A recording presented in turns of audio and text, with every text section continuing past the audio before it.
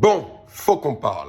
Et aujourd'hui, on va revenir sur l'après Real de Madrid PSG, avec notamment certaines déclarations, certaines analyses, certaines grosses conneries qui ont été sorties. Donc, on va revenir sur un truc. Apparemment, la mauvaise passe de Kylian Mbappé au Real de Madrid, beaucoup de gens disent oui, mais nous, on n'est pas le PSG. L'air de dire, ça va rentrer dans l'ordre parce que la direction du Real Madrid, ils vont pas se laisser marcher dessus, etc., etc. Ok.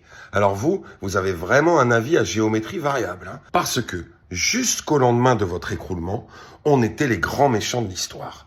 Apparemment, on lui a fait vivre un enfer. Harcèlement, mise au placard, extorsion de signature, si on s'en réfère à la plainte depuis retirée. En gros, on était les gros méchants. On s'est pas laissé faire. Et maintenant, vous dites que genre, le PSG, on se faisait marcher dessus. Donc déjà, il faudrait arrêter de dire des grosses conneries et de changer d'avis en fonction de la direction du vent et de ce qui vous arrange. Ensuite, votre plus grand influenceur, les Marseillais, Mohamed Eni, qui a dit un truc vrai pendant qu'il était en train de se déconfire par rapport à la victoire contre l'Inter de Milan de Paris 5-0, quand même que ouais, comparé avec la Ligue des Champions de Marseille obtenue, je cite, sur un corner en galère, il y a peut-être l'envie du travail bien fait, il y a peut-être une construction d'équipe sur une année pour arriver à être aujourd'hui, je l'espère, après la finale, imbattable. Surtout qu'en plus, nous, notre équipe a plus de 70 matchs dans les pattes.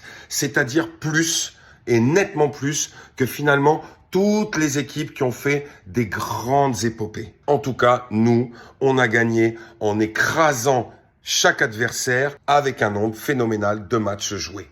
Point barre. Concernant le Ballon d'Or, alors là, je m'adresse aux fanzouz de Lamine Yamal. Si vous êtes encore capable de nous regarder dans les yeux et de nous dire que oui, Lamine Yamal mérite honnêtement le Ballon d'Or cette saison, vous arrêtez tout de suite de vous intéresser au foot et vous allez vous mettre au curling. Parce que sinon, vous êtes des grands malades, des psychopathes, des schizophrènes. En tout cas, des gens à qui il faut plus jamais donner de crédit. Le Ballon d'Or, c'est Inter-PSG. Ça sera forcément un joueur de Paris. Mais, comme on sait que le Ballon d'Or, c'est très politique, eh ben, les journalistes, ils sont capables d'être aussi cons et teubés que vous et de le donner à Yamal. Mais la vérité divine, c'est que c'est Ousmane, Achraf ou Vitinha qui le mérite. C'est tout. D'ailleurs, j'ai aussi entendu une analyse et qui était vachement vraie. C'était que de notre côté, à Paris, l'absence de Pacho n'allait pas avoir le même impact que l'absence de Youssef au Real de Madrid. Comme vous l'avez vu, on n'a même pas senti que Pacho n'était pas là. Alors que le Real, ça s'est grave senti. Et pourquoi ?